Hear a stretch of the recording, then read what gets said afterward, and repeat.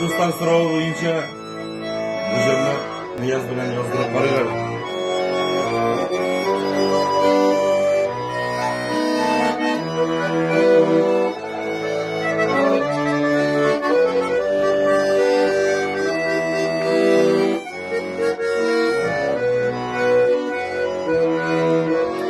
Ko'pdan endi aytib so'zlarim bor, kim yovlagan ko'ngil ko'rimni.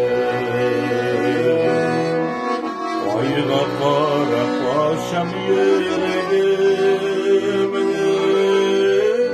oy topshirsin siylasimni. Ko'zlaringga bir qarab barlık kaygılarını yılgalar, eldesin var eli bekletime, eldesin var eli dünyada. Gözlerine bir karanlık şide, barlık kaygılarım yuvalar, eldesin var eli bekletime, eldesin var eli dünyada.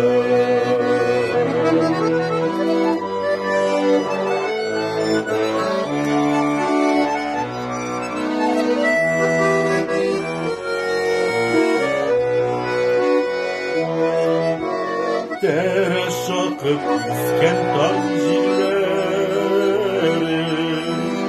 bilmezsine selam kitleri. Kırla kuyur bilip balarsina, benim sözlerimle şitlerim. Gözlerine bir karanlık barlık faydalar mı yılgalar, eldesin var eli bekletime, eldesin var eli dünyada. Gözlerine bir karanlık şide, varlık koydular mı yılgalar, eldesin var eli bekletime, eldesin var eli dünyada. Eldesin var eli bekletime,